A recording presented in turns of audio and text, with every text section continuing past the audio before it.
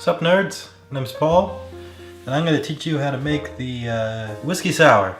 Forgot the name. The reason I'm teaching you how to make the whiskey sour is because today is another special episode.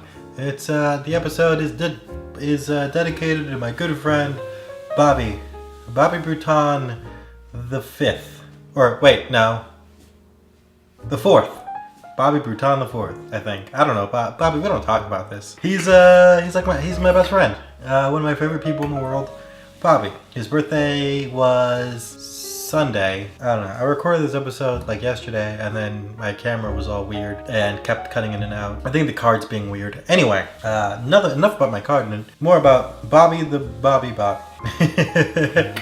I've known Bobby a long time. He's my artistic partner. I don't know. I've told Bobby this many times before, but if I didn't know him, I would be a different artist and a different person. Almost every great idea that I have, I always bounce off of Bobby.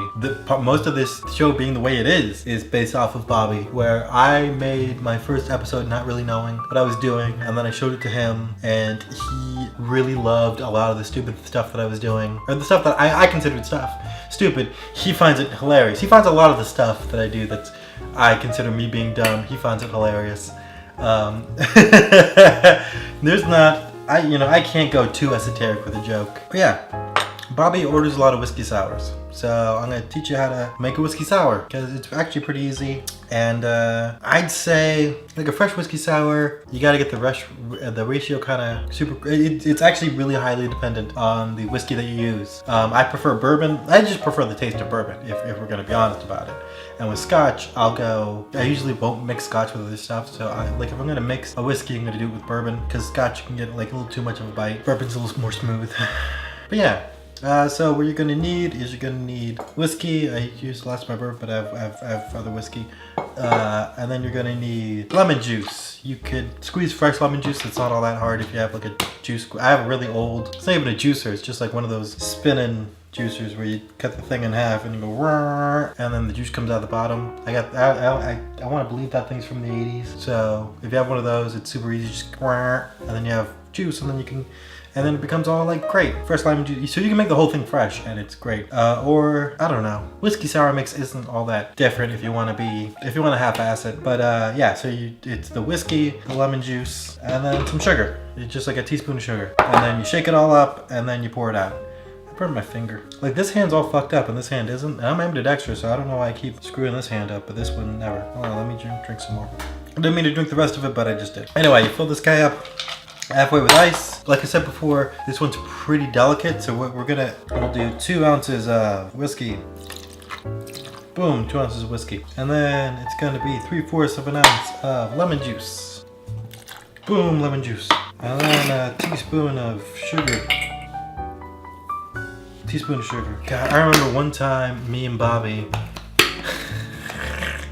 he got a bottle of poutine, which if you don't know what that is, poutine is a Canadian gravy French fries, and poutine is Irish pot-stilled whiskey. So it's essentially Irish White Lightning, but they're allowed to sell it into they're allowed to sell it in a bottle for some reason. I think it's illegal to buy in Ireland, but it's not illegal to export. It is like the highest proof alcohol that you can like buy in a bottle, and it is so difficult to drink because it is White Lightning. So it cuts like a knife. Like if you open up the bottle and you smell it, it smells like an alcoholic's puke. Oh man.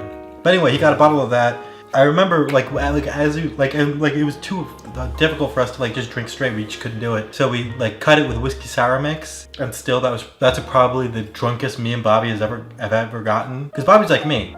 He can totally drink. I don't know. We never really established who could drink more, me or him. But we can drink a lot. Like one time, me and him and Jenna, his girlfriend at the time, Jenna, we all 3 of us decided to play a drinking game with Groundhog's Day, where you do a shot every time they go back in time. Me and Bobby made it through the whole movie doing that, which don't ever try doing that.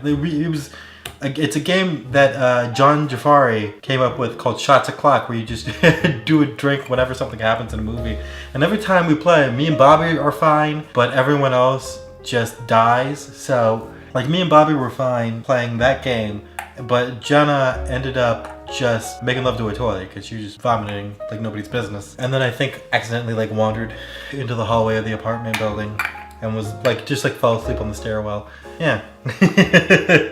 But me and him were fine. So I don't know if we've ever both met each other's limits. You know, he every bit can host his show as much as I can. But anyway, so yeah, we cut that in half with Kisara mix and drink, and it was probably the drunkest we've ever gotten in front of each other. Yeah.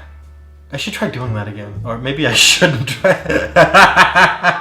Or maybe that story should illustrate that I should not try doing that again. Who knows? So anyway, I did all that stuff, so now we're gonna shake this.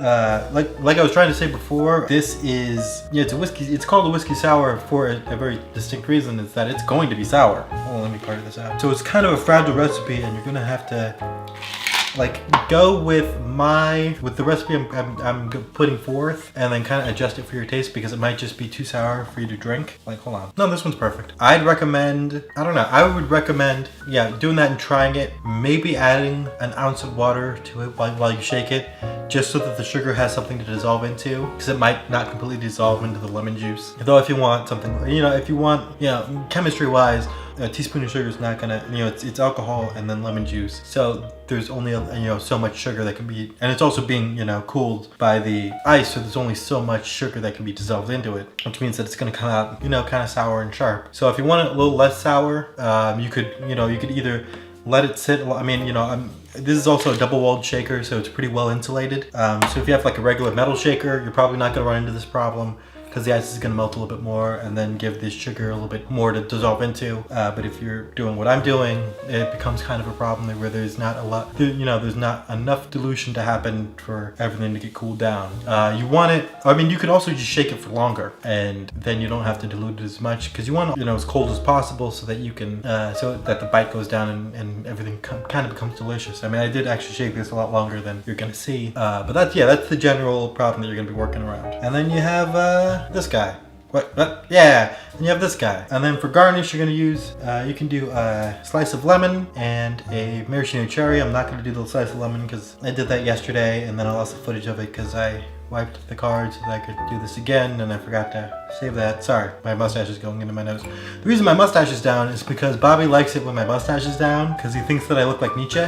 I think Bobby would prefer if he was just best friends with Nietzsche. He's the LeWitt to my LaBelle, the Thompson to my Thompson, the Frankenstein to my Abbott and Costello. So yeah, happy birthday, Bobby. You're my friend, and I enjoy it.